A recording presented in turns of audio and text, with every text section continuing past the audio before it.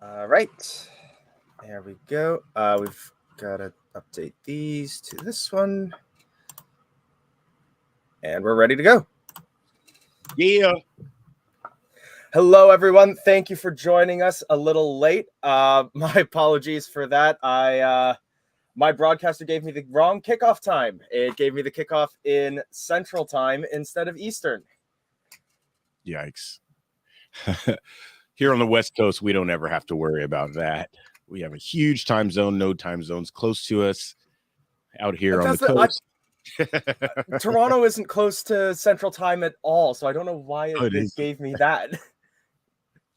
Right on. Super excited for this match. I'm not like into the Forest Leicester rivalry since I've only been a fan for 6, 7, 8 seasons now, but I do feel a little animosity since they put us out of the cup a couple seasons ago, and then our revenge that we got earlier this year. That was awesome. Yeah, that FA Cup match was kind of my trial by fire for the Forest Leicester rivalry as well. So I too am feeling a little fired up, but I don't have that history for it. So all of you who joined us as well, let us know in the comments sort of like your Forest Leicester Derby stories. At the moment, it's been a cagey affair so far. We're just over 10 minutes in, coming up to the 12-minute mark.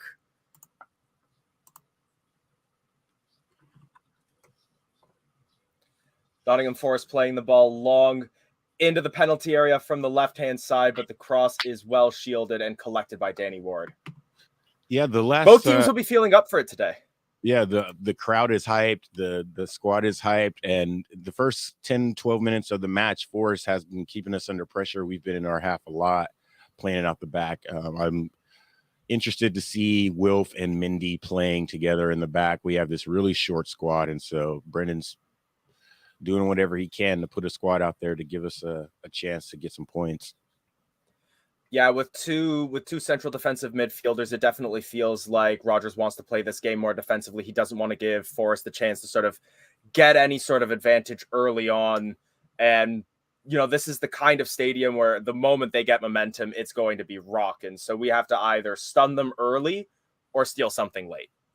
Yeah, I guess that after the Newcastle match, Brendan was pretty upset with the midfield, talking about how we were getting overran in the midfield. He said that the only midfielder who passed properly was Mindy, who came on in the 80th minute.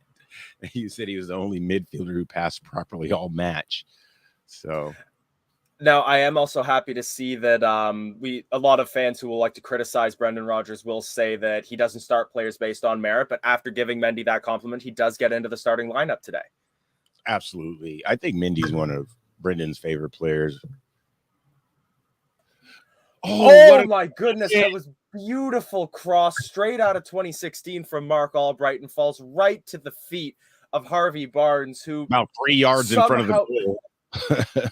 I honestly think that was harder to miss than it was to hit on target. Oh, he just gets his legs crossed a little bit. He wants to take it on the right foot. It was better set to honestly take it on the weak foot and just deflect it. But it trickles just to the left of Dean Henderson's net. Well, not even just to the left. He misses it by a fair bit. Mark Albrighton takes one touch, puts in an early cross that just takes out the entire back line of Forest. And Harvey's in acres of space. He's about 10 yards out from the goal, and he just totally puts it past the post. This is what we've been frustrated with Harvey for the last 2-3 seasons. Although one thing I will give Harvey credit for there is that what I criticize him for is that he takes too many touches. That time the ball came into him and he took it first time, which is, if you're going to shoot, take it first time before the defenders can get space, or he needs to pass it more quickly. That time, at least, he took the chance quickly. What's also promising to me is that is what we know Albrighton best for. And the way that we're playing right now, I have it as a 4-2-3-1 formation. With Albrighton on the right, that lays really nicely for him to cross it in towards Tielemans, Vardy, and Barnes up over that defense. Absolutely. We can't give these guys an inch going forward. We got to, our press has not been good at all. Another ball over the top, Forest. Yeah, this one coming in, it's Brendan Johnson, plays it inside towards Scarpa. Scarpa, I believe, another new signing for Forest. He takes the shot right into the loving arms of Danny Ward. Oof. Adam, that's a little harsh. Barnes is still a class player, but he needs to solve that mentality about either passing or shooting more quickly. Yeah, I wonder what happens in training to where, what does Brendan tell him? Because he likes to get that ball and then stop for a second, do some rollovers, do some step overs, and then usually just cut it in on his right foot and who knows, put it over the bar. I mean, honestly, those of us that are frustrated with Rogers, I feel like you could have just ended your sentence with, I wonder what goes on in training, period. Yeah, I wonder what goes on in training. Let's see who we got here. Scott, that's also harsh.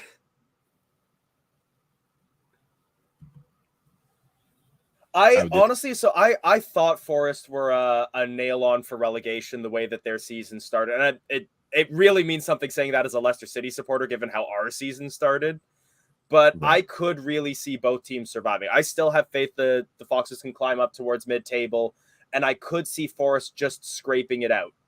I was thinking about this last night, and it's been this way for a couple seasons now. We are a very, very streaky team.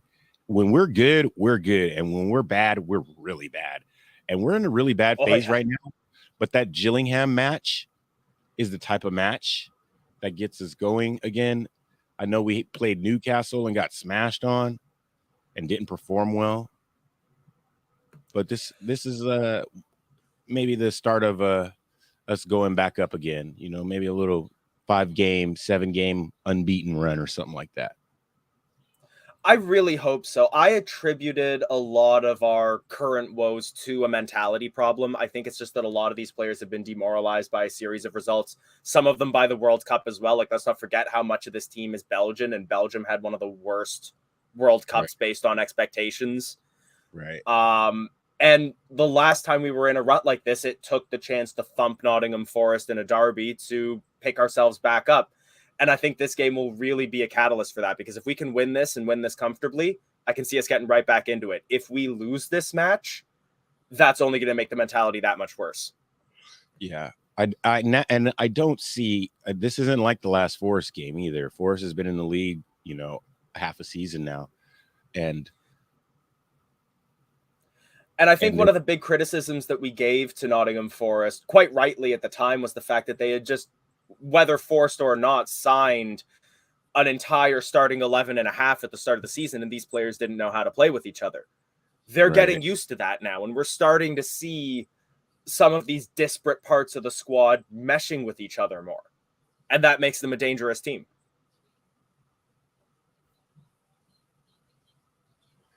What I'm saying is that getting a win after you've been losing does something to you. It changes you. It changes your mentality going forward, especially with a bunch of young guys on our squad who apparently Brendan isn't getting through to. And I really agree with that as well. Like, let's also not forget in that round of the FA Cup just how many upsets there were. You had Sheffield Wednesday eliminating Newcastle. A lot of Premier League teams fell to lower league opposition in that round. So say what you will, yes, it is grasping at straws a little bit to take positives from it, but you have to win the games in front of you. Fee, I think that might just be because we started late, so it'll take a little bit of time for the viewers to come trickling in. Good afternoon, Fiona. Thank you for joining us. Shout out to the Leicester City Fan TV regulars. Leicester City going forward. Tielemans fires from distance. It takes a deflection. Ooh. That could have gone anywhere, and we get a corner out of it. That could have gone anywhere. Henderson was kind of frozen.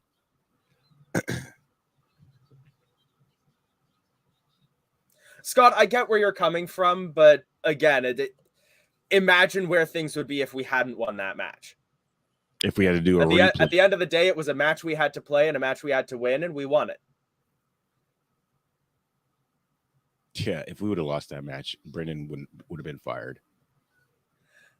It's difficult to know where that line is. Like, I still aren't in the... I'm still not in the out camp yet, but eventually something will cross the line if we continue to slump. That said, though, Albrighton set up to take the corner here. We know how good he is at crossing. It's an in-swinger up over everybody, headed downwards by Fast. It falls to Vardy, but just not right for him to hit it. He plays it back to Albrighton, who plays it off of, I believe, Mangala there and wins another corner. Whew. That was a cool set piece. They kicked it really deep to the far side. Fess headed it back into the middle, and it just kind of pinballed around, and Vardy not really there to. This time we play the corner shorter, and it's headed up by the Forest defender and punched away by Henderson for a throw-in right at the corner flag. Not such a good and that's punch. fair. I think one of the things that's definitely given me the most worry is the fans that are now calling for a change of ownership as a result of the lack of investment that we've been seeing in the squad lately. Ugh. I see that a lot as people have been showing the current statements that are coming out of the Srivaddhanapapa family that they've lost a lot of money, especially over the pandemic, and it will take a lot of time for that to come back into them because you're going to need to start seeing travel again. And even as that starts to pick up, you're going to have to start seeing a lot of travel to Thailand. Hopefully, as that starts to pick up, we'll start seeing more investment, but I think we are going to have to put up with the fact that it's going to be, our finances are going to be skint for a few years. I mean, how much have they invested in the club already? There's plans to put something on top of the stadium, and Forrest is breaking off of our corner. He's chased down by Good Mendy. defensive piece there by Mendy. I think a lot of the criticism I gave Mendy was down to his physicality, but that right there was a good piece of physical play to be able to get around the player and poke it clear without fouling him. Takes a lot of upper body strength. And that is a very fair assessment as well. Now, Rodgers has gotten money. I think a lot of that net spend argument I'm not entirely buying because we did raise a lot of funds through a lot of big outgoings. Thank you, Manchester United, for that. We appreciate it. But well, that's how that. Go ahead. Sorry, go ahead. Well, that's how the net spend has been so low, but he has had money to spend. He's been able to bring in a lot of incomings, but I still do back Rodgers because of what he's been able to put together with a team that we've also seen can perform very badly. So I think the fact that he was able to, for a couple of seasons, pull this team up into fifth, fourth, even first position for a while, that I believe that if we can solve our physicality problem, be that maybe bringing in a new team doctor, a new regiment in Seagrave, I think we know what Rodgers is capable of, and I don't want to jeopardize that. Yeah, also, financial fair play. We got to get a bunch of guys on big contracts. At the end of their contract, we can't really sell them. Vestergaard, Bertrand, last season. We always forget about that. That was some money spent. The investment just was bad.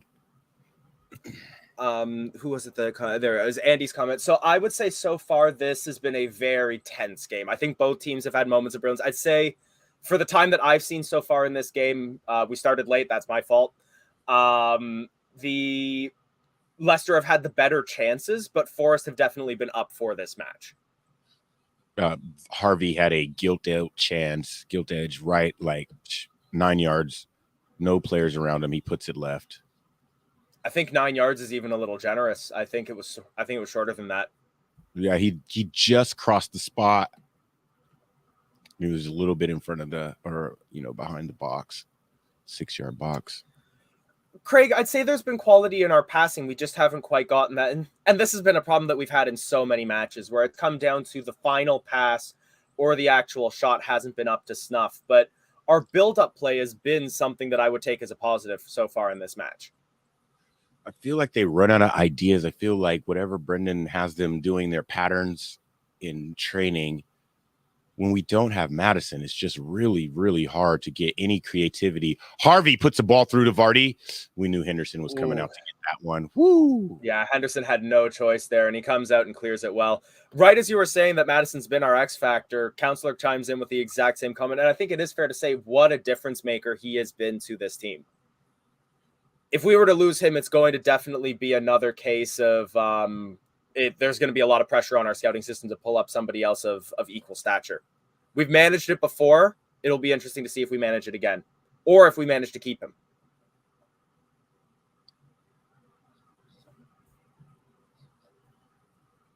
Yeah, final ball.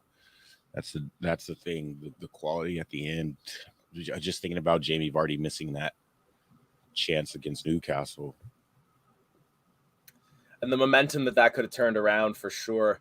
And honestly, like, I do feel like so much of our woe, like, while there are definitely countable numbers of issues with this squad and with our performances, we have had a lot of terrible luck in matches. When you make your own luck. Very fair point. Yeah, we've been kind of crappy. I haven't heard like anybody after a loss be like, we played really hard and, you know, we took our chances. We did everything we could and we just got beat. That just has not been the case in any of our losses, really. We just came out and were poor. Harvey Barnes tries to get through 3 or so defenders. And unfortunately, the ball bounces up into his hand and Forrest get a free kick out of it. I want to discuss this comment from George because I think that's pretty unfair. I recognize that, like, I know that we have a large number of fans that are very biased in favor of Patson Daka. A poor free kick given away there by Ndidi in a dangerous area. I mean, does he really touch the guy or? Yeah, I think there is contact there. Yeah, you can see it's glancing. It's glancing, but there's contact, and he's got to be more careful than that. Oh, you know that Ndidi likes to stick a leg in. He's gonna, you know, be forceful. He's trying to get back into form, trying to get into 2 seasons ago shape because he's been terrible. All the injuries of 2 seasons. But to come back to George's comment here for a second, it's not that all the blame goes on Daka, but Daka definitely bears a fair bit of blame. When you are the player up front, you have to score goals. And yes, the service to Daka hasn't been great, but he has missed some sitters in recent matches. Newcastle for one of them. If I recall correctly, he was one-on-one with the keeper and then played a pass across that was intercepted. Terrible. And the thing is that when we signed him, he had just the season before went absolutely nuts in Salzburg, or was it Salzburg? Moscow. He scored 4 against Spartak. I mean, I'm talking about the season before we signed. Oh, sorry. He scored like 30 goals for Salzburg, and so we expected. But the Austrian Bundesliga isn't the Premier League. Exactly, but we just, you know, we expected when he gets the ball at his feet for him to put it in the back of the net, and it's just not happened for him this season. At the same time, his game time has increased a lot, and Tielemans is going in the book now. I think that was a tackle along. Was that Freuler? Yeah, I just clips the heels from the back. It wasn't a great free kick from Gibbs White. They're showing the replay on that now. Ball goes off Vardy's head, and then they're claiming a handball as it goes off of Ndidi's elbow, but his arms are tight into his chest here. Yeah, in my opinion, what's happened to Wilf, Mr. Counselor, is a combination of injuries and, yeah, just time away. He's the type of player that needs to play every day. He's the type of player that did play every day, every match for a long time. And then he just started Brennan Lodi plays in the free kick, and it's headed away. I think we're doing a lot better on set pieces this year. Now, I'm also somebody who I don't like to criticize players too much. As Forest have a half-decent chance on the outside of the penalty area here. The initial cross is blocked. It's headed down, and that will be collected by Danny Ward. To call Patson Daka the next Ahmed Musa, I think that's a little harsh, and I think it's fair to give Daka a little bit more time before we label him something like that. What I've learned is that you don't get many chances in the Premier League. You just don't. Now, George, at the same time, I think a lot of rightful criticism was also directed to Vardy in that match. Absolutely. A lot of, is it over for him? Is he done? Because 4 or 5 seasons ago. There's no way he misses that. No way. And you never want to be the Foxes fan that says that Vardy's finished. You never want to. I mean, I'm wearing his shirt right now. Yo, didn't Matt Piper post a video, like a open letter to Jamie Vardy? He's in the gym. He just got done working out, and he's like, "Oh, I'm 40, and I can't imagine how Vards feels." And he's like, "When it's time to go, it's time to go." And I'm like, "Oh my God, what are you doing, Pipes?" Looks like it's a windy day in Nottingham right now as Gibbs White's trying to take the corner, but the ball is rolling away from him. But yeah, George, I think it's important to keep in mind that like we will criticize Patson Daka when he's not up to snuff. It doesn't mean he's the only player receiving criticism, though. No, but our African brothers don't like the Daka slander going on, and I feel it happens a lot sometimes. Oh yeah, I mean Iheanacho gets it a lot as well, and a lot of the time it is undeserved. I think we direct a lot of frustration towards our forwards when it isn't entirely their fault, but at the same time, like, let's not act like they're immune, like they shouldn't have any criticism. Right. And that applies to Vardy, that applies to Iheanacho, that applies to Daka. Yeah, I watched the football match so I can see goals scored, and the guys who are supposed to do that aren't doing it. Forest try to play around us, and they're playing scrappy. We just saw Scarpa there. He gets knocked down, holds the ball, still makes his pass. Whew. Good through ball. Good defending there from Castagna. I had Castagna all turned around, but he recovers really good and puts the ball out for a Forest corner. Crowd is nonstop. I have my headphones on, but all I hear is this. Oh, it's just like, are they even watching the match? They're just screaming. Paul, lovely to see another Canadian in the chat there. Where in Canada are you from? Because I'm based in Toronto myself, out in Eastern Standard Time. Forest set up to take the corner. I did hear a good chant of Vichai Had a Dream, which when you can drown out the Forest fans at the City Ground, that's a good sign. Yes. And I'm sure that our allotment is sold out. Ooh, Forest ball deep. Ball bouncing around, headed away by Tielemans as far as Barnes. He loses out and then cleared by Luke Thomas. Oof, but only to be collected by a Forest player. Renan Lodi plays it back. Everybody behind the ball again, but we need to get our press going. I feel again like we're a little worried about playing that high press, and that's reflected by the fact that we're playing a 4 and then a 2 in midfield. Like we are sitting back. And it looks like Forest is, if they can't play through us like that, they go to plan B really fast, something that we don't do. They go to plan B. They're putting it over the top, down the wings. They're getting balls into the box, a lot of balls into the box. So we're going to have to get our stuff together. Now, Scott as well, like, I mean, that's totally fair. I think Thomas is definitely the weak link at the moment in that back 4. But again, like I know that he's not young for a footballer. He's 24, if I recall. I want to say he's 24. He might be a little younger than that. I think he might be younger than that. 34 sounds old. I remember looking him up on Wikipedia, and he was older than I thought he was, but he's still, he hasn't reached his peak yet as a footballer. He will definitely be that left back of the future for us in a couple of seasons. We don't have another choice right now. And the thing is, there's positive signs. We are looking for a stopgap replacement in that Danish left back. His name escapes. I think it's like Victor Christensen, if I remember correctly. He plays for Copenhagen. I think he's going to cost us like 16 or so odd million. And yeah, like at the moment, we're missing James Justin. We're missing Ricardo. We don't have another choice in that left back position.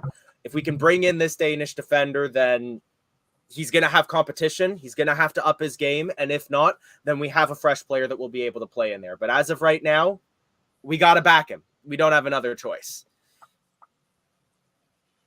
I have to grab a beer. No worries. Forrest trying to play the ball through our back line, but that goes right the way back to Danny Ward. And cheers, Paul. I just misread your message. I thought you said us instead of US, so I now get what your message meant.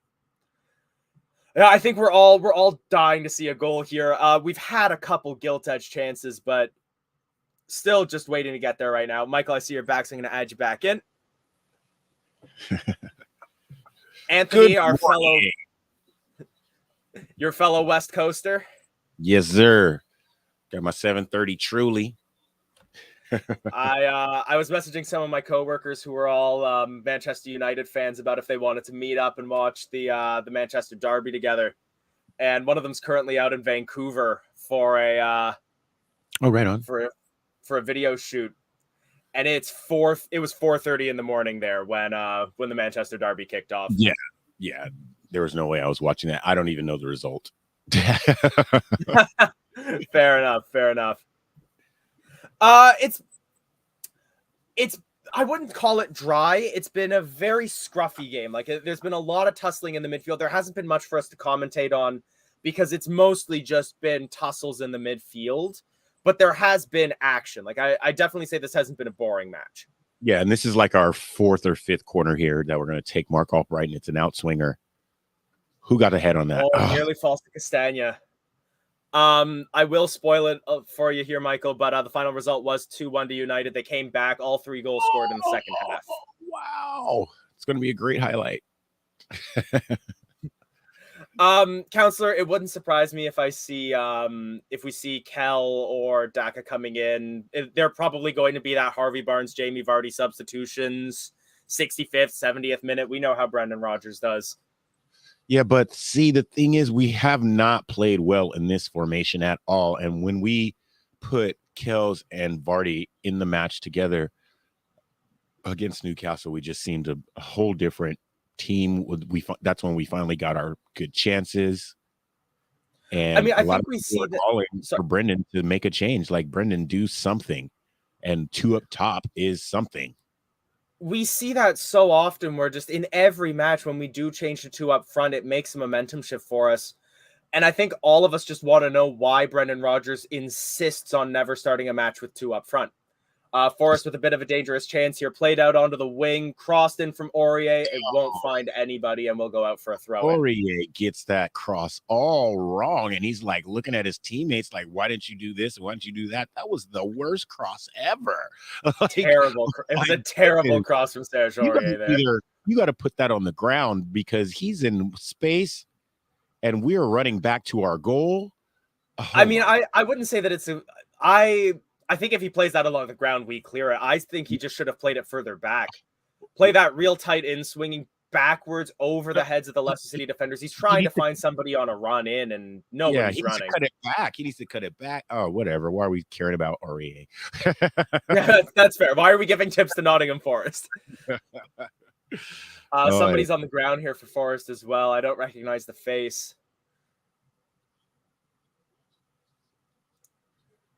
And a close-up shot there of Steve Cooper drinking from the smallest water bottle I have ever seen a manager drink from. Yeah, it looks like it's a clear Pepsi or clear Coke or something. I don't know. I was going to say, I feel like I'm about to drop a very North American thing, but do you remember Chubby? It was like a little soda bottle that was like this tall. No, but that's what we call all the little soda bottles or beer bottles. We call them all Chubbies. Gotcha. if it's not like I don't know if you have those in England. I don't recall seeing them in any of the grocery stores, but that's what it looked like he was drinking. Yeah, they're just little soda bottles that are like that tall, that big around. It's a big bottle. Cooper's just small. He's a little man. For what? Yeah, he is a man on the shorter side. He's about, like, I want to say 5'6". Yeah, he looks small.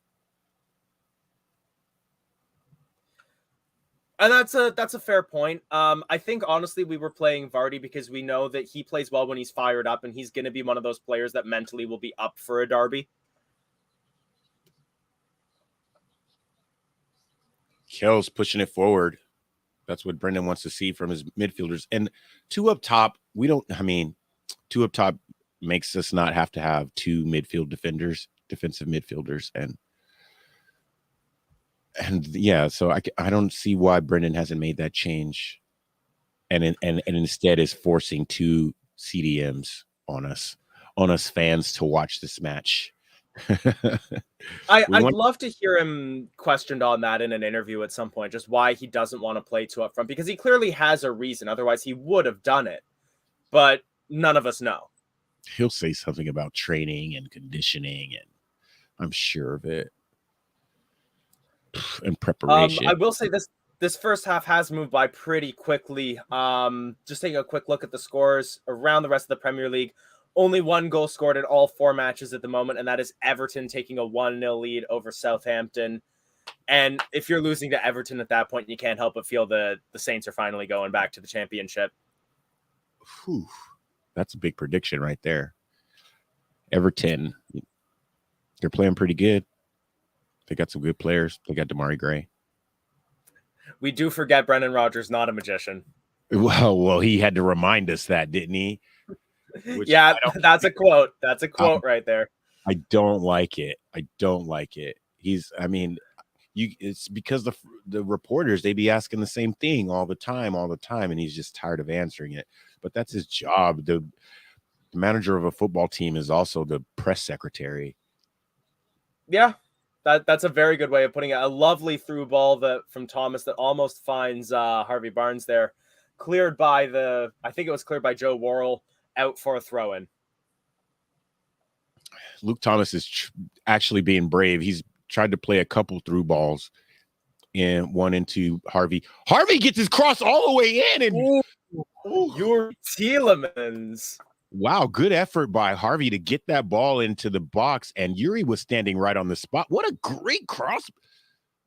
Look at bang. Fabulous cross. But once again, it echoes what we've dealt with so much. The final shot lets us down, and it flies well over the crossbar. Yeah, it was on the half volley. It was kind of a tough one to take. I mean, we've seen Yuri do it before. He's our half volley specialist, but that one was not to be. Keith, if the rumors are to be believed, I'm not buying on that we're dragging our feet. We've made an offer for that Fiorentina winger. I've been hearing that we've agreed personal terms with him and just have to agree a fee with the Italian side. Yeah, Nico and Gonzalez. I've heard that we're in very late stages of negotiations for, again, I keep calling him Victor Christensen. I want to say that I'm wrong about the name though, but that Danish left back from Copenhagen as well. So I think we are going to see 2 incomings in the January window. And you guys all know dang well that we get players on the second to last day of the windows and stuff like that. We wait till everyone buys all the players they want, and then we get the leftovers. It's usually how it for cheap or for really expensive. Who knows? Can't call it. Can't. Vestergaard. Yeah, Vestergaard and Bertrand. We just went to Southampton and was like, can we have these 2 guys? And they were like, how much? And we were like, yes. They're like, however much you give us. Yeah. Okay. Oh, dear. Never forget that we were then also linked with Jan Bednarek. We almost bought the entire back line that we scored 9 against. Yeah, while Dan Burn is killing it in who's the other Burnley guy? With the big T. I can't think of his name. Yeah, I was gonna say the moment you tell me Burnley, for some reason the first guy I think of is Johan Bear Goodmanson. Really? Oh, good ball in. Oh, lovely ball in towards Barnes, and he has his back to goal. I can't criticize him for that, but the second cross comes in looking for Vardy, won't find him. Mark Albright. Mendy collects the loose ball, plays it to Ndidi. And Ndidi misplaces the pass to Thomas, but we keep possession. Ooh, good turn, Mendy. Oh, it's a poor pass to Thomas, but he's hustling, he's fighting. He fouls him. Yeah, Serge Aurier is way bigger than Luke Thomas. Yeah. We've gotten. Oh my God, the camera angle on there, right there on Serge Aurier. I swear he's wider than I am tall. That is a big man. He's shoulders, big old legs. He is little. He's 5'7", 5'6", but he's so big. I believe the word is hench. That man is built. Yeah. Like a little spark plug, like a little fire hydrant. A spark plug. I love that. Yeah. But I will say that things are gonna suck, and they're gonna suck for a while. But we'll be back. Yeah, this is what I say, because it's either players or extension on the stadium. That's where the investment is. The players are going to have to come from the money in the club, and that's already in the club, and being, what's on the books, the investment, adding more money. That money's for the stadium. Yeah. And I bring it up so much that like I care far, far more about stability than about immediate success. Because it's like, I want to be able to watch this football club. And if we're in the championship, I can't. So if we can just keep in the Premier League, the money keeps coming in. We can pay off the expansion. We can pay off the new training ground. We can lure new players. Halftime, 0-0. And like, what teams paid for immediate success? Blackpool, QPR, Derby. Where did that get them? Reading. Did they pay for instant success, or was the league just a little not as stacked as it is now? Was there not as much money in the league as it is now? Because I think like you look at like QPR and the way they threw money at like Ji-sung Park and Rio Ferdinand and David James. Like, they were paying big salaries to try to stay in the Premier League at all costs, and then they nearly went into administration. Was that after those players had played for Man U or before? Well after. Yes. Well after.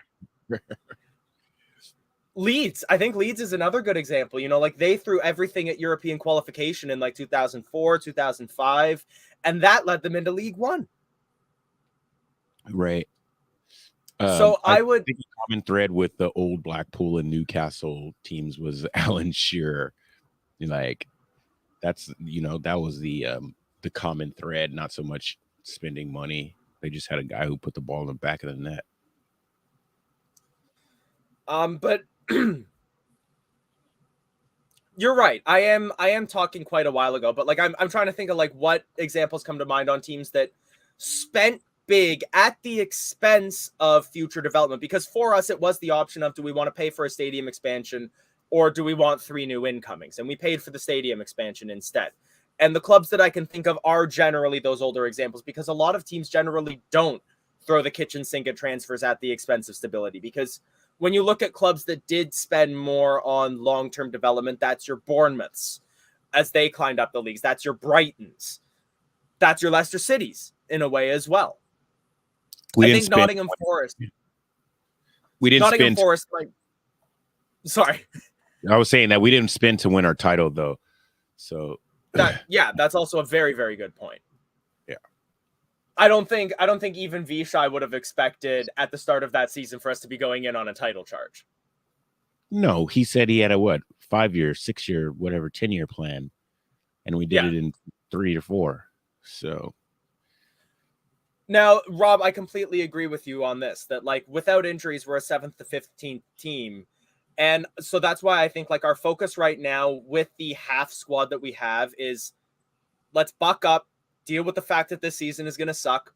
Let's survive, move on, and get back into that 7th to 15th position and build upon that. These Knicks look at Norwich and Bournemouth, where they just take the balloon payments and really don't do anything with their squad, go to the championship, come back up and down. Some clubs are fine with that. Some clubs are fine with that. Some fans are fine with a championship, a title run every other season. And I wonder, I've only known the team in the club in the Premier League. And so I wonder how exciting a relegation fight is, Yeah. Because like, if you think about it, last season, the games towards the end of the season, they didn't really mean much. We had to watch them because we love our club.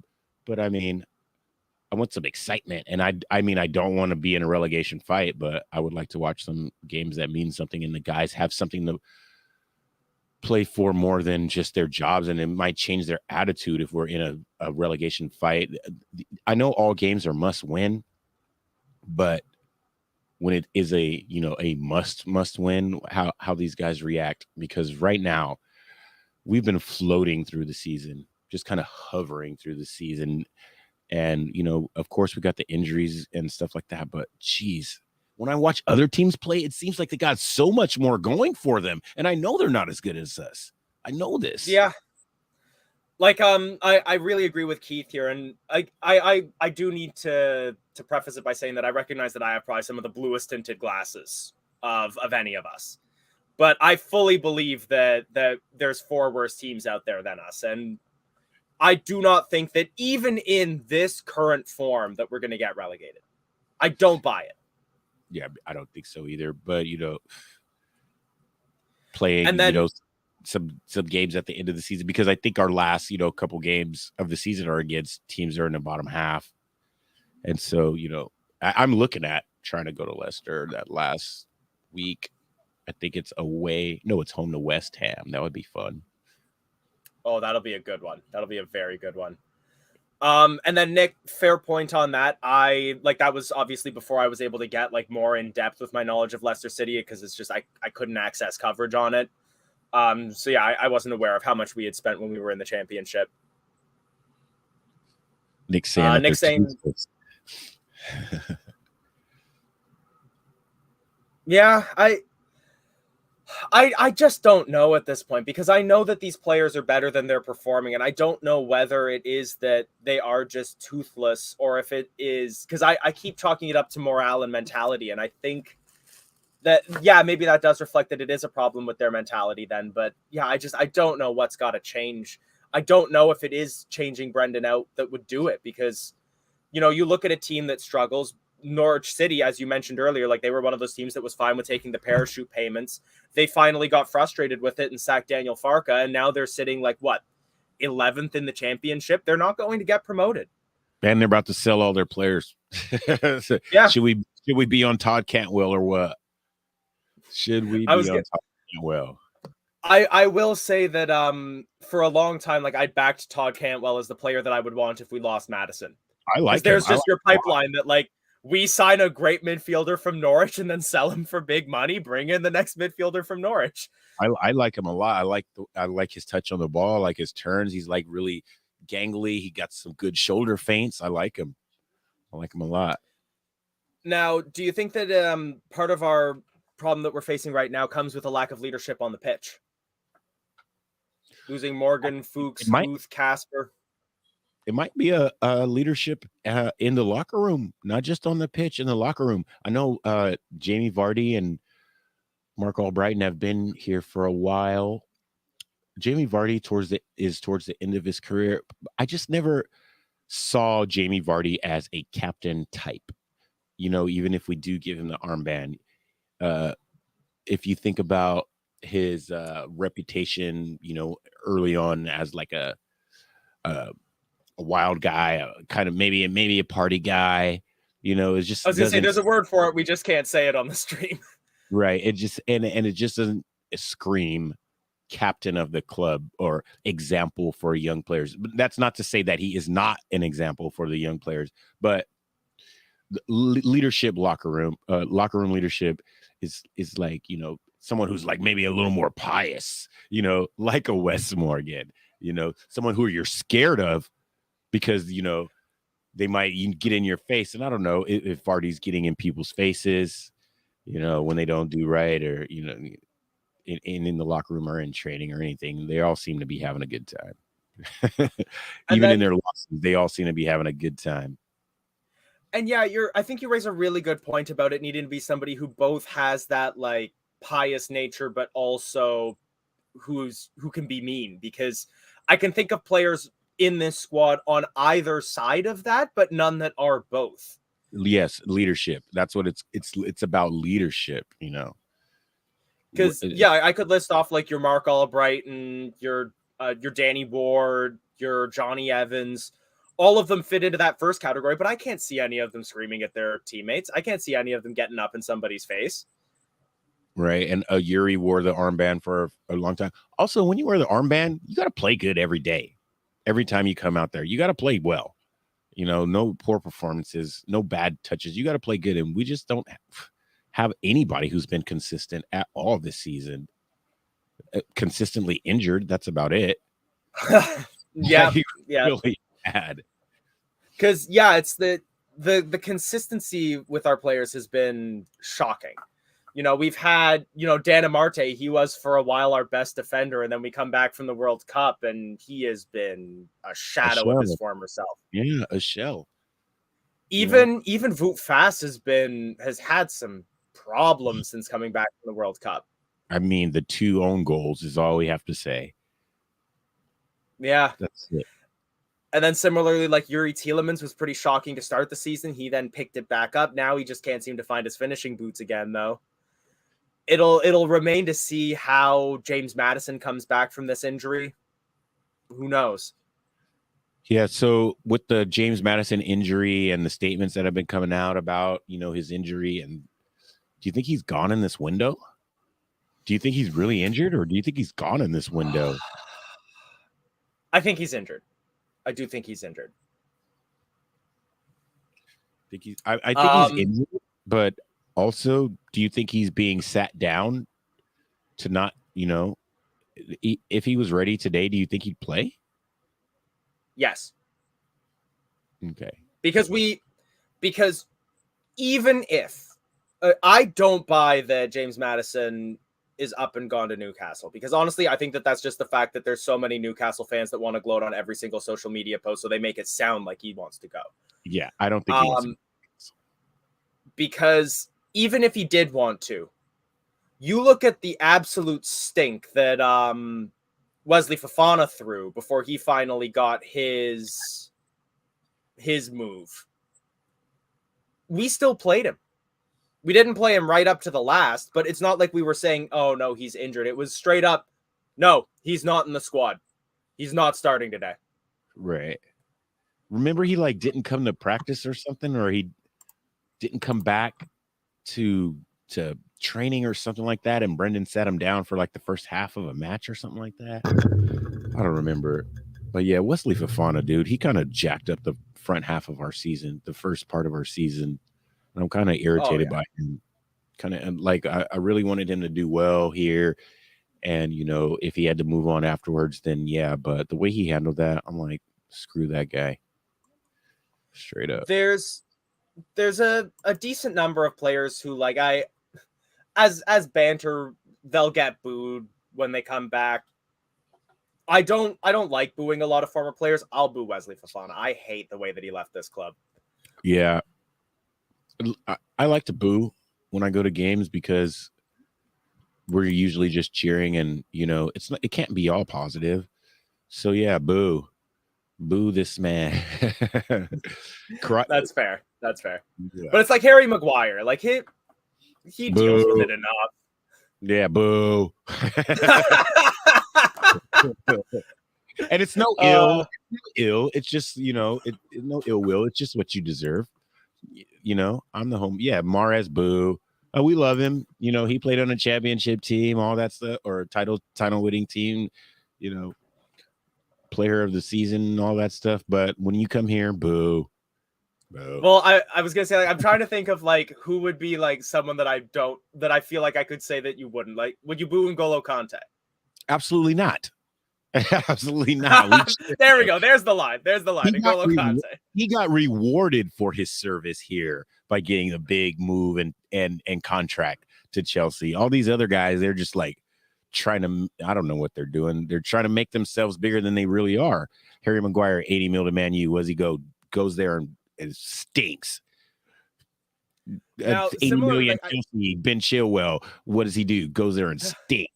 Fofana, 80 million Chelsea. What does he go there? Go there and get injured, and just it comes back, gets injured again. Just bruh, you didn't do the right thing. You didn't do the right thing by the fans. You didn't do the right thing by the club. So when you come back, you get booed. That's fair. That's fair. Now I have seen a few they're fairly unsubstantiated rumors that Maguire might come back. And I'll be honest, I'd take him. I'd have him back. Of course we'd have him back. Of course. I mean, at the same time, it's one of those have you seen our back four? I'd take Harry Maguire, but yeah, absolutely, we'd take him back. I like players that are nimble and speedy and light on their feet, and he is absolutely plodding and just. I was about to say, like, and you like Harry Maguire though? Yeah. See, and so like when he was gone, I was like, good. Let's bring in someone who moves fast, who can, catch up to a player and put in a slide tackle from behind. But his profile, his leadership, somebody who would be a leader in the locker room, Harry Maguire. Well, because that's the thing. Like, he captains England. I feel like he would be good as that kind of marshalling voice in the dressing room. And you know what? Sometimes you need a fridge. You just need somebody who can just stand there and have like someone who can knock Serge Aurier off his feet. Right. Exactly. We don't. Walt Fast, he's on his way, I think. Yeah, that's a good. Yeah, someone who can knock Serge Aurier. Remember when he put his shoulder into the back of Fofana and for a penalty? I think it was 2 seasons ago. Yeah, Serge Aurier. I think he was with Spurs. Maybe it was 3 seasons ago. But yeah, I'm getting shades of it, but I don't quite remember it. Yeah. Sorry, so the players have taken back to the pitch on my screen. Now my stream hiccuped a couple times during halftime, so once we get clocks running again, I'm gonna want to try to get resynced with you. Okay, so there you go. Look at that back. Wouldn't you love a back line of face in the fridge? Yeah, there you go. Sounds like a band, and I love it. So, what are you looking at? You about to do a kickoff? Forrest about to kick off? Yeah, we're just about to kick off. Jack Colback has come on for Forest, and there was a fake kickoff, and now they've kicked off on my screen. It was a false kickoff, so they have to start again. There we go. Oh, dang. So they're going to start all over. Yeah, so they're just showing like the little display. I haven't got my timer back up yet. Okay. Little bit of tussling around the middle. Forest were the ones to kick us off. And 16, 17, 18, 19. 16, 17, 18, 19. I'm just a little bit behind you. Okay, I can pause if you'd like. I can pause at 45, 45. Good. Oh, okay, no, maybe I can't. Now they're showing the substitution. I'll let you know a time when I pause. Substitution? Oh, I see what you're saying. Oh, no, I'll be able to do 45, 45. So 42, 43, 44, paused at 45, 45. 3, 4, 5. And my stream crashed. Love that for me. No way. That's a Forest. They changed the provider in Canada, and the new provider is so bad. It brought me back before 45, 45. So I'm just going to jump back to live. Oh, I hate this. I hate this stream so much. The only thing they have going for them is that, like, I could watch so many weird games. Like, the Manchester Derby ended, and it redirected me to watch Wuhan Three Towns FC versus Hangzhou Greentown. I got to watch the Chinese Super League.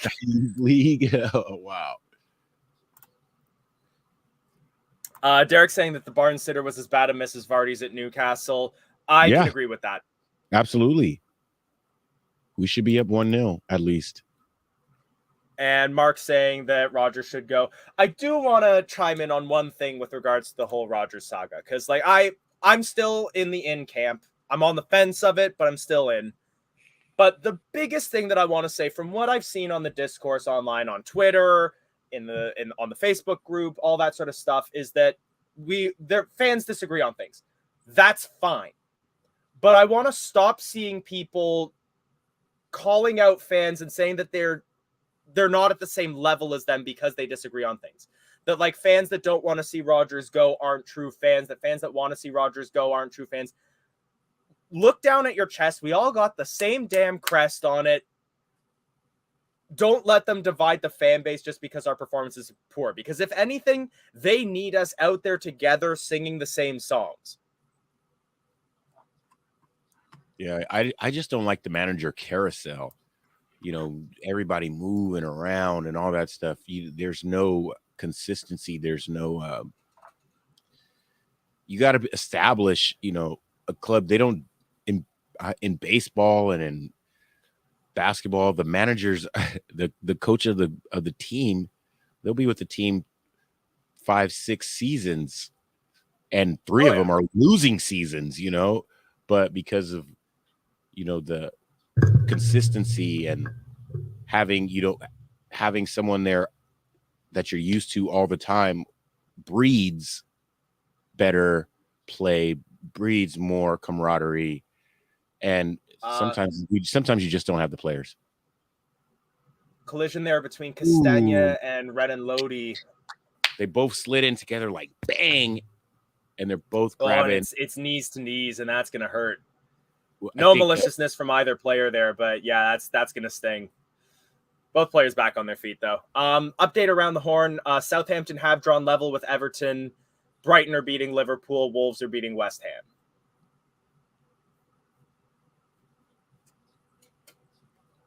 Now, one other thing that, just as a bit of an aside, I want to give Nottingham Forest a little bit of credit.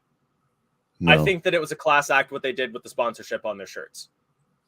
Oh, I don't see what is it? They donated the space to the UN refugee agency for the rest of the season. Oh, really?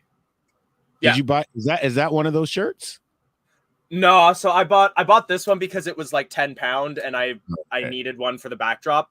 And then this one was weird. I got that one from a city called Kitchener. It's like 2 hours outside of Toronto. As Tielemans intercepts the ball, screw the Forest shirts. We'll talk about that later. He lays it off for Barnes, and he misses again. Oh, no. Why am I so far back? He misses again. He misses again. No. Oh, no. Harvey, you can't do that. Ball has to be frame. Beats Wayne Hennessy, Dean Henderson easily. Oh no, Harvey. Oh, it was a sitter. It was. And now we're all the way back with Danny Ward again. He clears it for was going to be a throw in, but Thomas keeps it in play. But yeah, I bought this one from a guy secondhand in Kitchener for, I think I paid like $30 for it. So that at the time was like £17. Oh, wow. And I wanted it just because it was like a cool old shirt. I love the old Football League font. I think it might actually be match worn because it's got the sleeve patches as well. And I don't think fans were able to get those back in the day. And it's also signed by like half the Forest team. Oh, wow. It is a match worn shirt. And then someone was like, oh, I don't want this anymore. And just they knew better than to keep a Forest shirt. Come on. I've got a signed Leicester shirt as well. But I wanted to get like the little bit of matchup of the Football League shirt. So I put up my John Paintsel Leicester City top there. There you go. It's old school. Leicester City legend. I think he was there with us for like a season and a half, if that. Again, another one of those, like, I saw it and was like, why did you get that? Why did you get a John Paintsel shirt? He might have been from their hometown or something. Maybe. Forrest kept us under pressure for the last, like, minute and a half there. Oh, yeah. The goal kick. It's been... They've come out hungry. I mean, I think Leicester City have as well, but the difference is that Forest are playing the high press. Ooh. I think that was Scarpa, tackles Ndidi. His shot is blocked by Mendy, though, and the ball falls to Tielemans. Yikes. Scarpa's been a menace. Oof. I haven't been out there sniffing the shirt, to be fair. Oof. Bad pass from Luke Thomas. Intercepted by Aurier. Aurier puts a good ball in. Wow. Across the middle. And no one is there to grab it for Forrest. Mark Albrighton collects it here on the near side. I don't know why I'm so far behind. Yeah, I can try pausing again now. I'll pause at 52:20. I'll pause at 52:30. Okay, I'm at 20, 21, 22. Not that far behind you. 25, cool. 26, 27, 28, 29. Hopefully your screen doesn't crash. It did. No way. I hate this company so much. I hate them so, if it wasn't my only choice. Okay, I'm back at 52, 42, 43, 44. Are we anywhere? Yeah. All right, we're synced. Okay, good. Oh man. Mike saying that the keeper would have gotten it anyway, but knowing Barnes' success rate is about 1 in 100. No, Tielemans chips it up. He was looking for Barnes, but it will trickle through to Henderson. I don't think if he puts that on target that the keeper gets it. Put No, your I laces agree. He like tries to finesse it. He put your laces through it and make it a 50-mile-an-hour ball going at Wayne or Dean Henderson's head and see if he blocks. Yeah, I don't know why I thought Hennessy was starting. I don't know where I got Hennessy from. You got me saying it now. Voot fast intercepts a through ball from Forrest, and we come forward now through Tielemans. And it's a poor pass from Tielemans. Well, he gave it to Ndidi, and instead of playing it forward, Ndidi gave it right back to him going backwards. Oh, there was real danger there from Gibbs White, and then Ramo Freuler decides to hit that ball to Pride Park, and I think that actually did leave the city ground. Like, that was a terrible shot. Yeah, that had some height on it. And we've got some trees in the audience. Oh, we knew it was going to happen sooner or later. Oh yeah. You know what though? I'll always welcome an opposition supporter. I won't just have you insulting me in chat. I'm not putting that up on screen. But honestly, like, if you want to offer a Forest point of view on the game, like who you think's played well, I'll put that up on screen. No worries. Yeah, I think he's talking to Paul there. Right. With that one. Play nice is the biggest thing I'll say. It's like, don't forget whose house you're in. Forrest coming forward again. Cross comes in. It bounces off of Marte, nearly falls for Surridge. Mendy clears.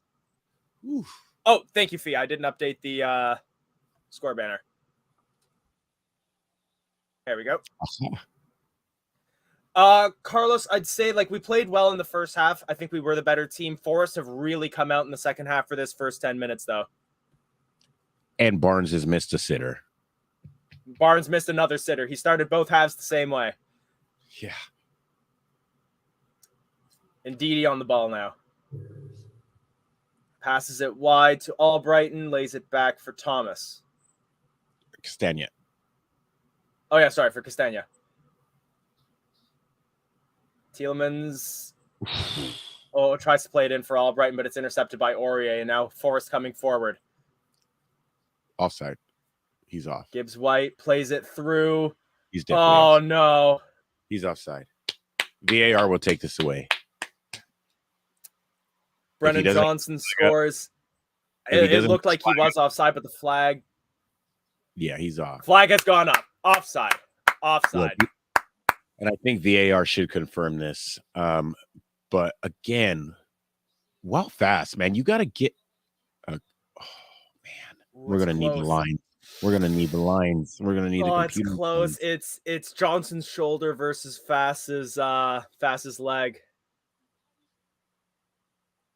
Oh, Danny Ward. I don't know if he should have come out that soon. So soon, or he should have came out earlier because it was a pretty big touch. Oh, VAR. Reviewed. VAR showing. Oh no! Look at his foot. We need lines. That's bad. That's real bad. No, that's not a flattering angle for it either. Like, that's a really slanted angle.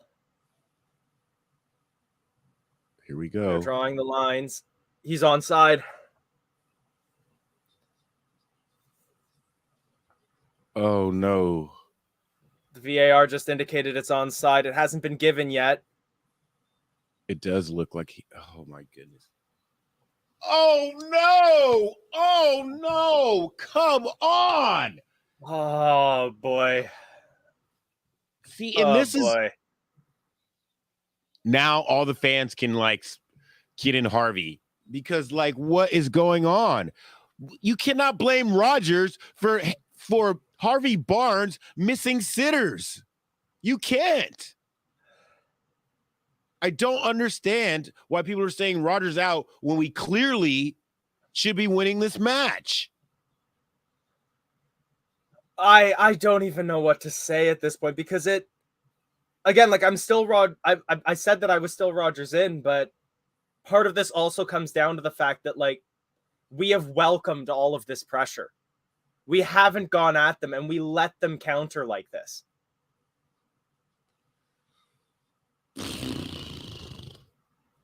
This is terrible. Like, bring on Kells now. Take off Ndidi or Mindy now. You know there's not going to be any change until the 65th. This is bonkers. Oy, oy, oy, oy, oy. Now, regardless of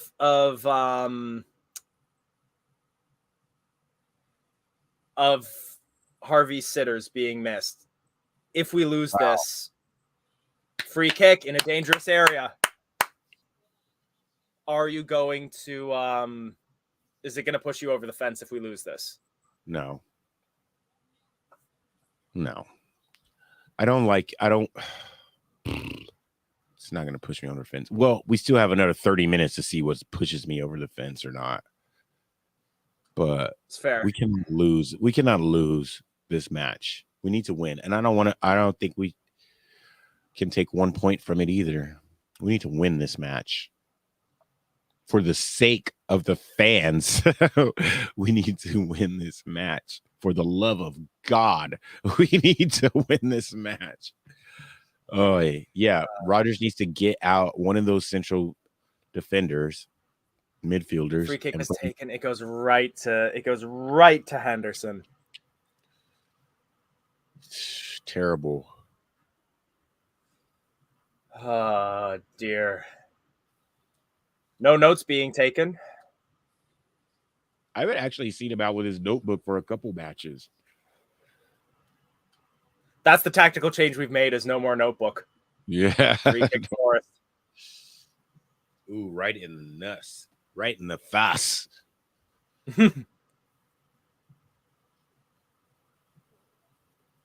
Yeah, that's about it.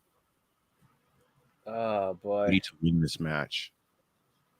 We need to start scoring. Why is Sean Dyche there? Why is Sean Dyche there? Well, actually, doesn't he live? He lives in Northamptonshire, doesn't he? So he's not too far from Nottingham and Leicester. Okay. Like, if I recall, he's in Kettering. I think he's from Kettering. Does he have a job? No. He's free agent at the moment. Dave, come on. Dave's quitting. Dave's quitting the club. Oh, God. Forest fans. They are delighted.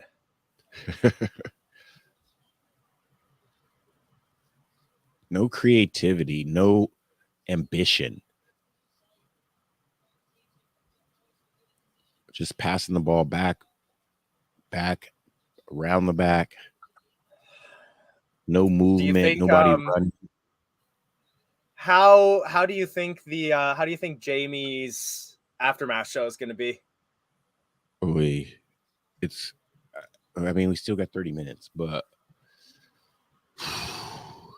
Jamie. Come on, you can't bet against you. Come on. Oh, yikes. You're walking into like a William Hill in your Fox's shirt and betting against us. Come on. Yeah, man. People making bet on money. A different match then. People making money off us losing. Brighton with the early cross. Oof. Vardy can't get there. Mendy collides hard with Surridge. I don't like Paul Tierney.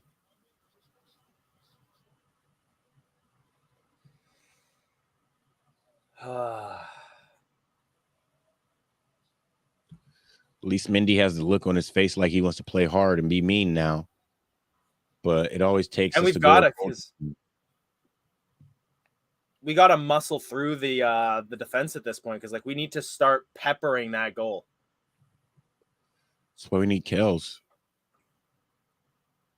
Because if we don't change anything here, we're gonna lose. Yeah, we're not doing anything different again. No plan B. Nick, you're literally gonna lose me if we get relegated because I can't watch the matches.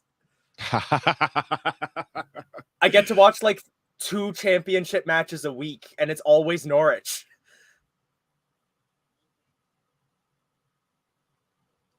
Come on, Albrighton. Albrighton cutting inside. Lays it off for Thomas, but he can't control it, and Aurier dispossesses. And he's continuing to shove off Luke Thomas, who chases him up the field. Ball now with Renan Lodi. He sets it back off for Aurier. His cross is collected by Ward.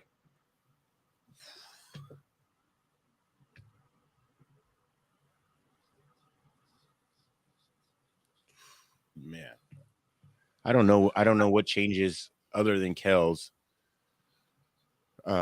we can do here, but we got to do something.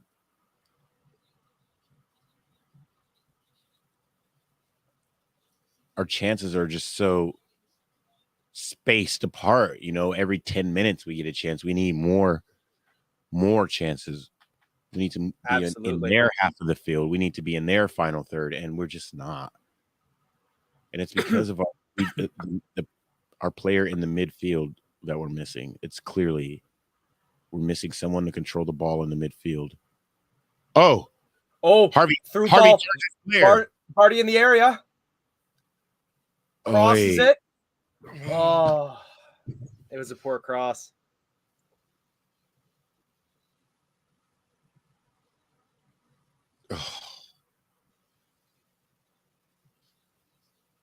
Just needed a little more on it. Try to dink it over the top to the far post where 2 Leicester City players were standing, but not enough. Henderson collects. Yeah, Andy, that's what we've been calling for. Get Mindy or Ndidi off and bring on Kells or Daka or whoever. We need to be going forward. Mike, I will never go into any match wanting us to lose in any competition. I don't care if it's because I want out of the tournament for fewer match days. Not if because I want a manager to go. I will always want us to win. Always. Yeah. I always think we're going to win. I always want us to win. And yeah, when we lose, it completely breaks my heart.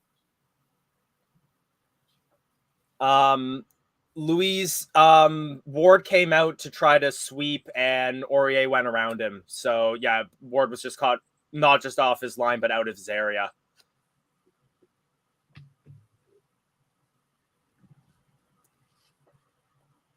Yeah, plan A requires better players, I believe, but he consistently continues to play his plan A now, with the players that can't really do it. As well though, Nick, like this is what I'm talking about with like the we can't as fans let our heads drop. Like even if we get relegated, which let's not even entertain that yet. You got to go to games. I'm still going to fly there and go see matches. I'll go watch us play Blackpool at home. I don't care. I'll go. For sure. I don't know if Blackpool's in a championship, but yeah. I think they're League One right now, but they could get promoted. I don't know.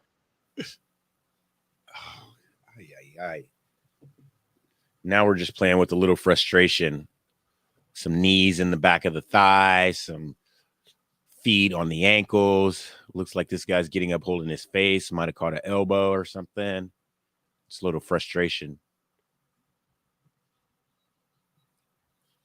The thing is, Jason, the money has already been spent, and the planning permission has already been granted by the council, hasn't it? So it's going to go ahead. Yeah, the stadium is as much for the club as it is for the city, and it's going to happen. So we've got Pratt and Nacho, and I can't see who that is behind the 4th official. Albrighton gives the captain's armband to Tielemans. Pratt, it looks like some young guy. I don't know exactly who. Yeah, number 34, Lewis Brunt. Yeah, I was going to say he's up front. And we're bringing up Papi Mendy. He's been our best midfielder. Yeah, so Brendan is choosing Ndidi over Mendy.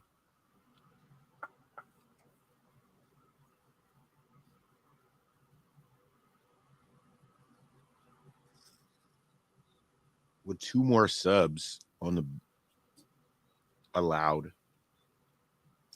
Do we even have players that can play? Do we even have 2 players that could come in? Daka, maybe? One thing that I will say to give credit to the Leicester supporters, Nick, is like I went to see oh god, Forrest have a through ball. Cross Blocked goes over, blocked by I was offside anyways. Whew. So I went to see the Southampton match that we lost, and that was like in the middle of our losing patch at the start of the season when we were terrible and we were bottom of the Premier League, and the stadium was still full. Yeah, beginning of the season, everyone's excited to go to the games and stuff, but as the season progresses and if you're not winning, people aren't excited to go. When it's your home team, like we're tourists, we're visitors. Of course we're gonna go, but the people who are there every week, they're not gonna want to go and watch this crap. They'll watch it on TV or they'll catch the highlight. I mean, that is fair because it's not like I go see Toronto FC that often. Right. Well, I go to like pretty much every Sounders match.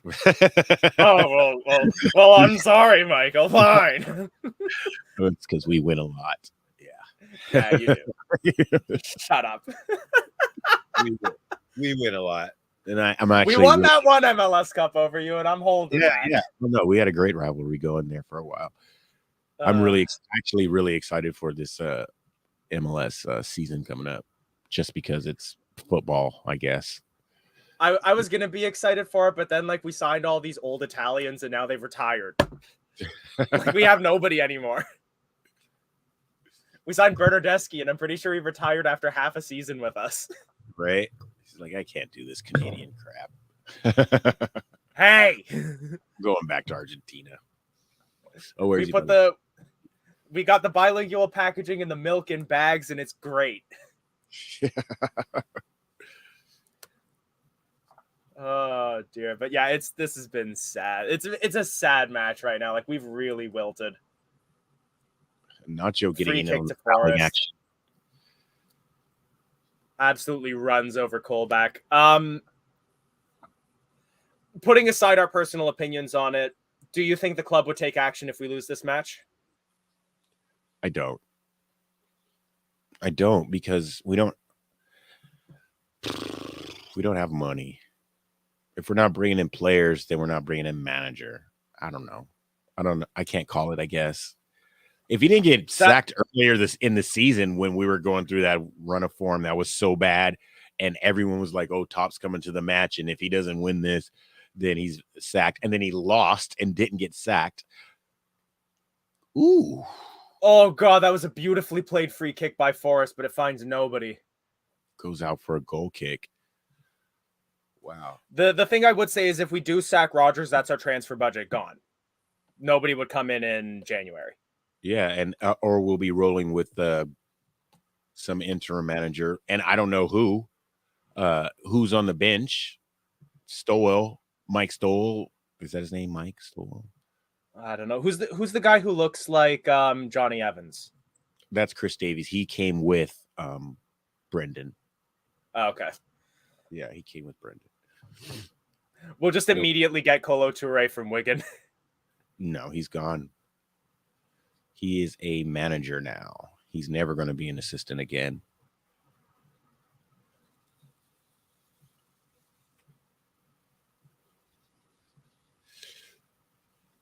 Forrest has had a lot of the ball again the last, 10 minutes. A lot of this possession. Playing around us. Red and Lodi now. Switches play up to Aurier. Early cross in. Ooh. Oh, dear. Ball fell very nearly well for Lewis O'Brien with a diving header who can't find the target. Oh, he's offside, though. But, I mean, Amarty is just not playing strong. You got to play stronger. And that's something we just haven't seen from him since the World Cup. Like, he was playing well during our good run of form. Yeah, he let this guy get on the backside of him and get a free header on a really good early cross. The thing is, it's just that at this point, I don't know what needs to change because I don't think a new manager is going to do any better. I don't see us getting a new manager bounce. There's appeals as it looks as though Henderson goes outside the penalty area with the ball in his hands, but looks like he'll get away with it because he was pushed in the back.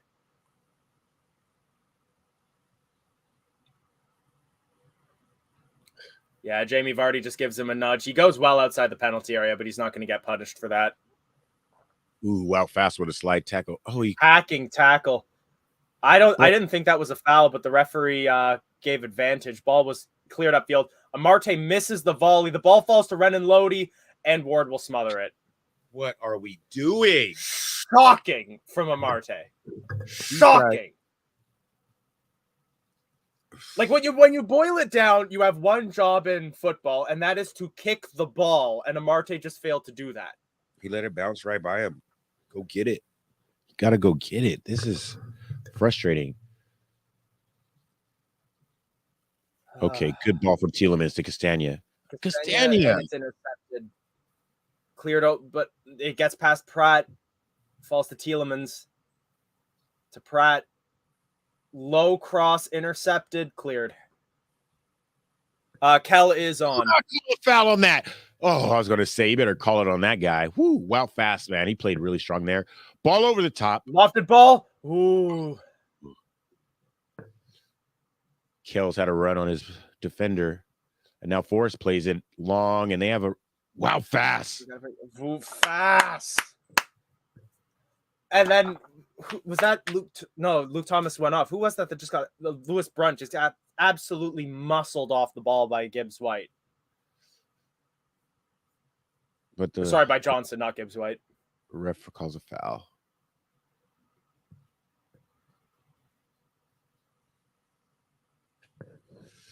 Yikes. Going into the 76th minute. We're still down 1-0. Still not really making any headway going forward.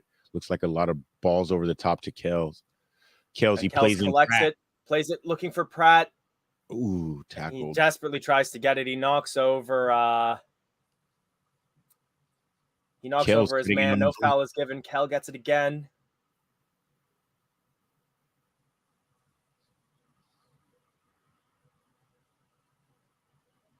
Pratt on his left. Loses his man, crosses in, headed away.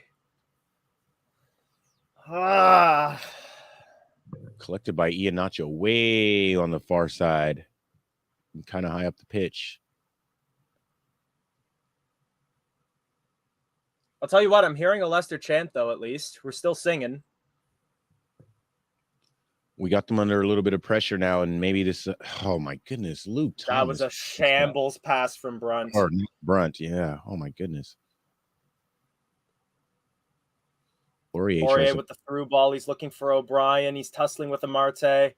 Yikes. Amarte kicks his man in the stomach. Horrific free kick to give away there by Amarte. Amarte puts his boot up so high. He volleys the ball and the rib cage of I forget his name, Sam Surridge. Kicks him right in the stomach. Yeah, and sorry, that wasn't Surridge. It was who's their 14? Lewis O'Brien. We woke up early for this. I wake up early for all of these. This is frustrating. Yeah, honestly, Anthony, you're right. So Amarte gets booked for it, and honestly, it could have been. I'm a little surprised he didn't get sent off for that. And yes, you're right. I am overdue for a haircut.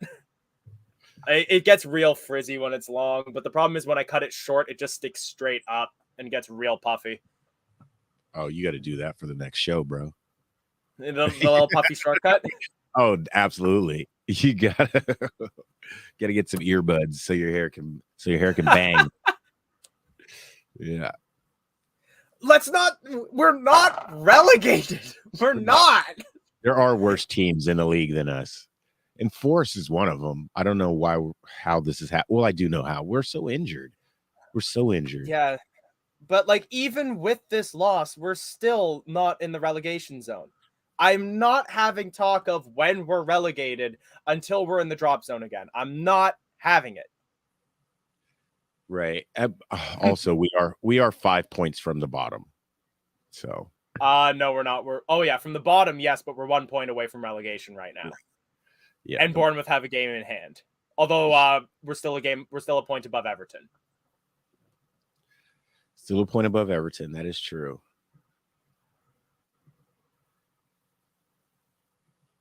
It's another corner for Forest.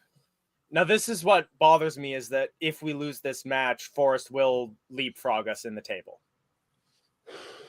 And that would be for the first time since we were bottom of the Premier League.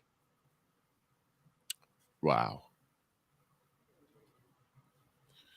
Scores as it stands: Wolves still beating West Ham, Brighton 2-0 up against Liverpool, Everton and Southampton still tied.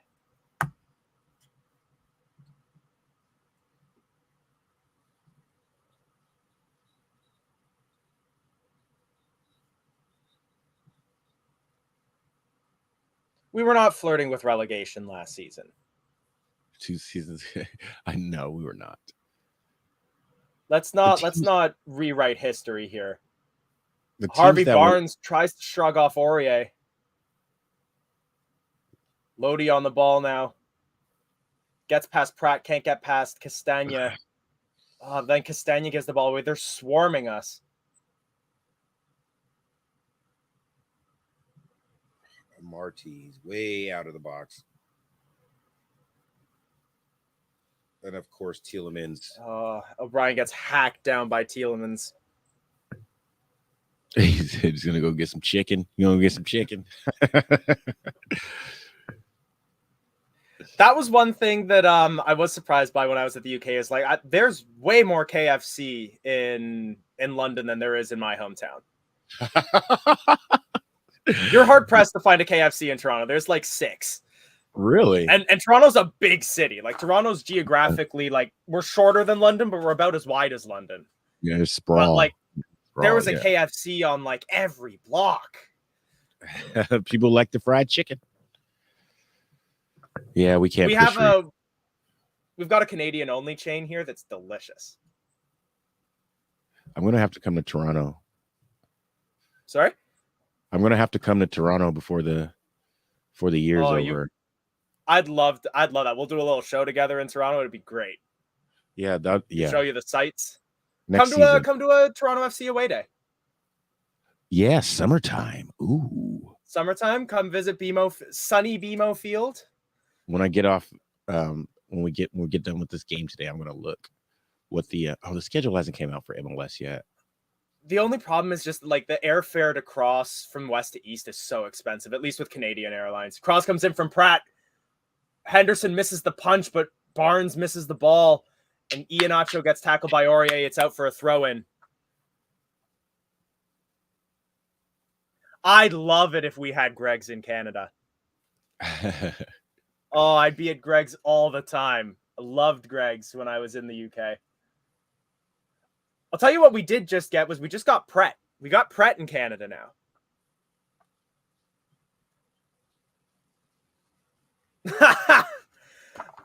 Okay, like that's actually a decent discussion point. Is this football as bad or worse than the end of the Puel era? I mean, the Puel era to me is like when I really got into the club, and I have a fondness for that time. We brought in a lot of players.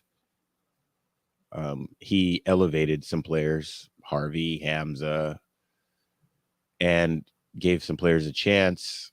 He signed Maddison, signed Tielemans. Southampton are beating Everton again. That's not good for us. Well, actually, that is good for us in the standing. That puts us 2 points clear of the drop zone. Yeah, Nick, worse than Puel because Claude Puel got sacked for less than this. And that's fair. But at the same time, I think that I do think that Brendan is dealing with more external. I think Puel had more money, and I think Puel had more players available to him. I just think Brendan's contract is so you can't really let him go. Puel wasn't on that type of contract. Puel also didn't win the FA Cup or get us That's into true. Europe. Puel didn't get us into Europe either, yeah.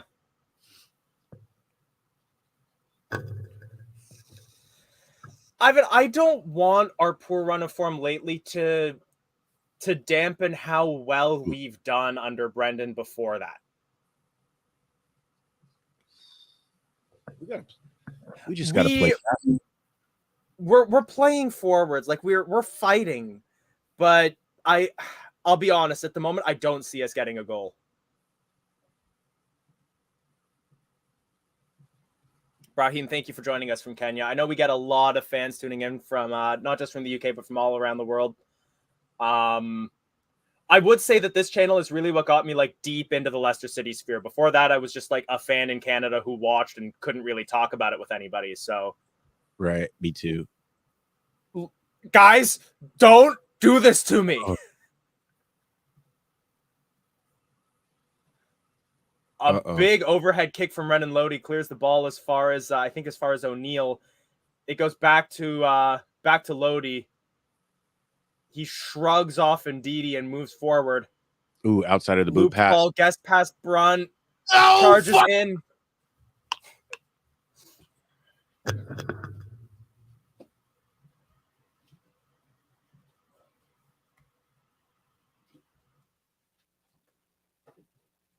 I don't think we need to really tell you what just happened. I think that tells you all you need to.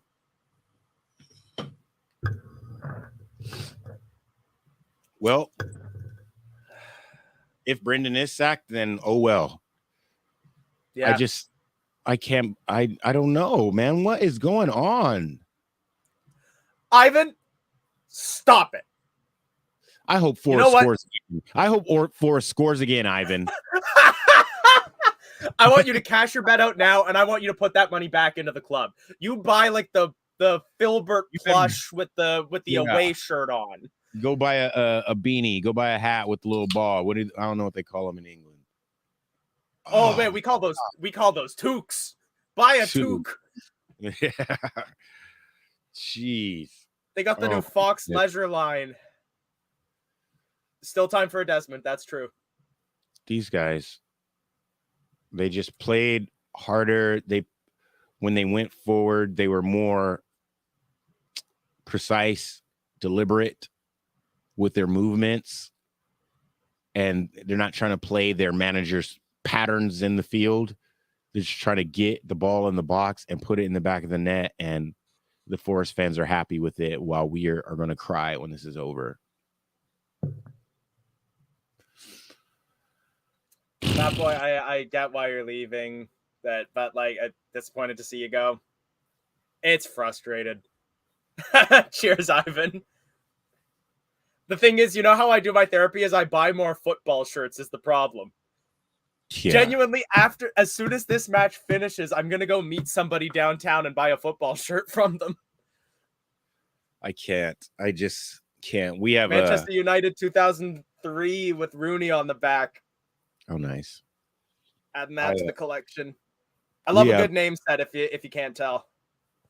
Hang on. Because you know what? I'm done talking about the match. But like, there you go. I got the Albrighton going there as well. There you go. Ah, what a disappointing match this is. Absolute shambles.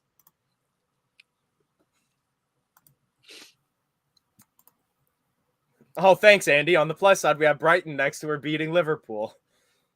Yeah, we have Brighton next, and they're just playing really good all season.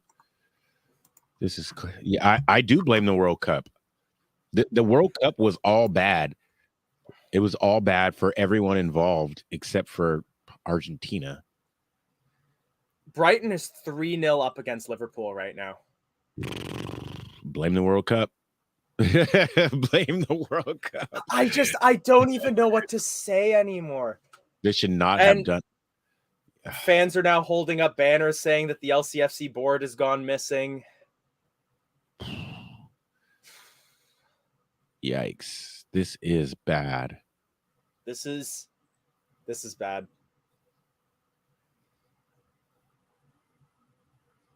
Forrest making a substitution. Missing LFC board.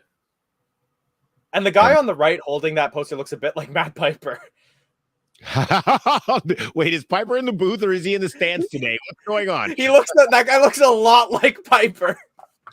I mean, the fans are covering their faces. I think I saw one guy with tears in his eyes. Some guy has his fingernails in his mouth. It's just all bad for the Leicester fans who took the trip up to Forest. Louise, I hope you're at least able to have like cheerful banter over it. Like I have that with the United fans at my work all the time. No, I can't. Craig's comment, I can't really feel it because they just took a month and a half out of the season. It's not about working with them. It's about consistency. You can't break up. But at the same time, like, have any other clubs really folded as poorly as we have after the World Cup? Maybe Liverpool. Dean Henderson has injured himself kicking the ball too hard.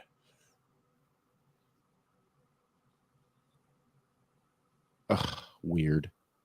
His knee just like collapsed underneath of him. Yeah.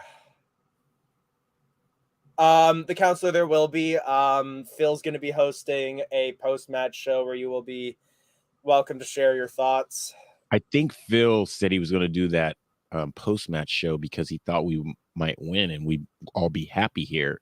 I don't know if Phil's going to want to do a post-match show after this. This hurts. Somehow this actually hurts more than the FA Cup loss because not only does this suck as a derby loss, but this is symptomatic of worse things going on than the FA Cup loss. Yeah, this is bad. When we're in losing form. Doesn't look like we're getting any better at all. Every time the ball goes to one of our players in a crucial position and they just fumble the first touch or the second touch, it's just so frustrating. And it makes me not want to blame the manager. When I see players just, when they get the ball, be so not creative or brave, or, when you notice that we're missing Maddison, they're all professional footballers. You mean all of you guys can't kick the ball in a straight line? It's just really frustrating. I'm going to get really drunk today. We have a NFL playoff. The Seattle Seahawks are in the playoffs. And so it's a really big game versus our rival San Francisco 49ers. And that's at 1:00 today. So I'm going to get hammered and then go to a house party and watch the game because I need a team that I root for to win. Now, that's where you're lucky that you're from Seattle. I don't have a team in Toronto that I can turn to and go, like, I'd love to see. Do I want to watch us lose at hockey? Do I want to watch us lose at football? Do I want to watch us lose at American football? Do I want to watch us lose at baseball? I can't win. That's funny. 14 different teams in blue that all lose. Yeah, no, we're a good sports town up here. Good sports town. Our hockey team, our expansion hockey team, this is their second season. They're like 4th in the Western Conference. We're like balling this year. Yeah. I actually, in all fairness, I really don't watch sports besides football, like English football. So I think we are actually doing decently at hockey right now, but and Dhaka is not in, I don't believe. Dhaka's not in. It's Nacho and Barty up top still.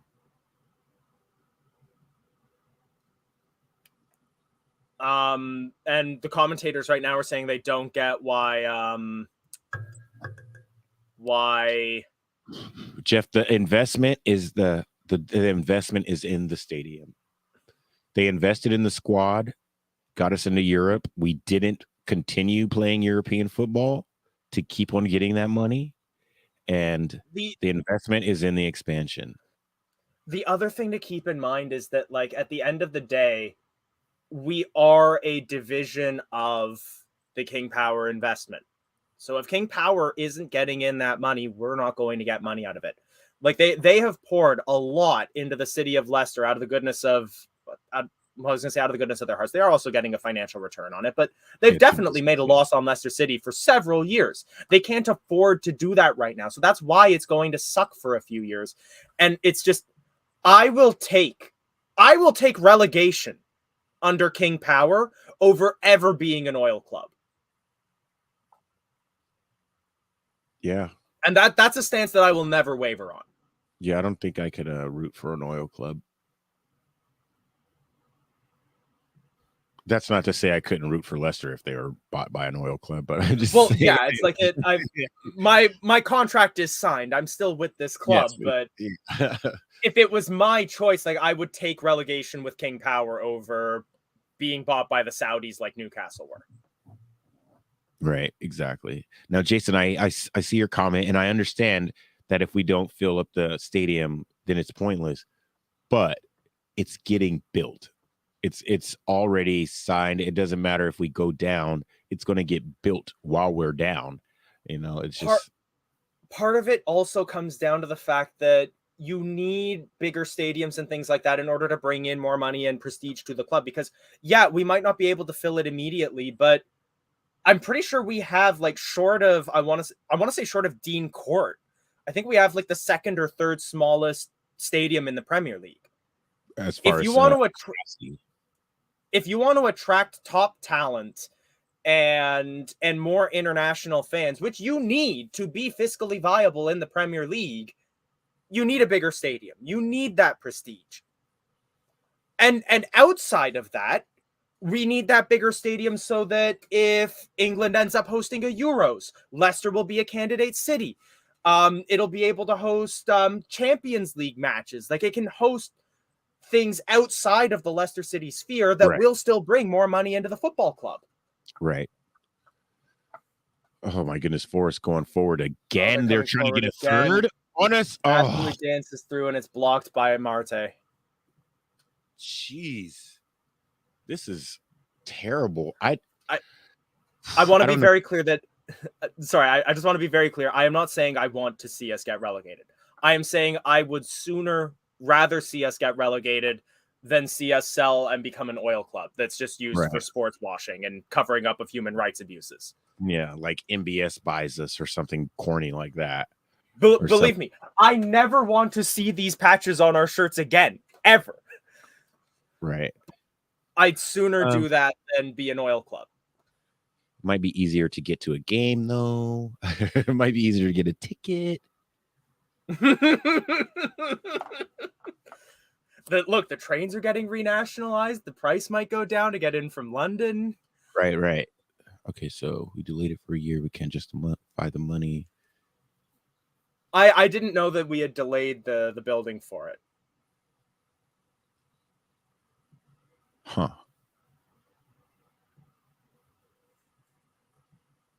Have we actually not had a single shot since they scored? Yeah, no. I mean, we put in we put in Nacho and then nothing. This is frustrating. Please blow the whistle on this game already. 97th minute with 5 minutes of added time. I didn't even notice we were already in injury time. Yeah, get this game over with. You know, it's funny. I was looking at like different football shirts to buy. Birmingham City was actually sponsored by Maple from Canada on the front of the shirt. And I was tempted to buy that just because, like, what a shirt that would have been to own. But it was only in the women's cuts, which just don't fit me well. Full time, Nottingham Forest 2, Leicester City 0. What can we say? What can we say? Like there's not a single did okay, but even then they were like 5s and 6s out of 10. Yeah, they sucked. Nobody was good. I would say like trash. Maybe the only positive was we did better than we did against Newcastle, but like, how hard is it to do that? I don't want to say sack Rodgers. If he gets sacked, I understand, and I'll be sad, but that'll be it. I'm not going to be glad if the manager gets fired, but I understand if the manager gets fired. And Wow, what a match. We were so excited for Forest away. Thought this might give us the bounce. Thought the players might be up for it. Thought Vardy might be up for it. And it just didn't happen today. It was just more of the damn same. I'm so irritated by this. So irritated. Yeah, I'm just annoyed and I'm just disappointed. And honestly, I am a little scared because I don't think a new manager fixes this. I don't know what does, because this feels deep now. Because I thought it was a mentality thing, but like if we can't go to our arch rivals and put in a performance, then where is that mentality going to come from? It's not going to come from a new manager. It's not going to come from 2 new signings, and I don't know where we turn this around. And it's not going to come from new tactics either, and that's what people are yelling for. And I don't think it's going to come from someone who picks a different team either. We're just not good enough. We're just not good enough. I know the manager needs to put us in position to do better, but I think he's done all he can. And he says that sometimes. It's so frustrating. We don't want to hear our manager say stuff like that. We want him to do his job. We want him to make players better. But Jesus, what are we going to do when we can't even score a goal or get a shot on target for half an hour? It's shambles. We ain't turning it around. I think Phil may have just shared the link internally with us for the post-match show. I'm just going to double check that, and if so, then I'm going to put up Sunderex. Yeah. So Phil is now live. I'm going to drop the link so that you can join. So that you can join him, or at least Michael and I figured we can jump over and join Phil for a little bit. We're going to let you guys go from here. So we encourage you, jump over to our YouTube channel, join Phil for post-match views, share your thoughts. I guarantee you there's going to be quite the debate to have. And yeah, we'll see you next match for hopefully something different. At least a goal, something to jump up and down and cheer about. Thanks for joining us, guys. We love you guys. We appreciate you guys being here with us. The engagement, we love it. But this loss, it hurts. Join us with Phil. See you guys in a bit. Thanks for watching Leicester Fan TV. Thanks to our sponsors, ADT Taxis, Everard's, Pucka Pies, Pink Car Leasing, Leicester Riders, Hologram, The Fox's Arms, Peter's Pizzeria, Hope Against Cancer, and Newbie & Co. Estate Agents. Make sure to follow us on all of our social channels at Leicester Fan TV. Visit our website, leicesterfantv.com.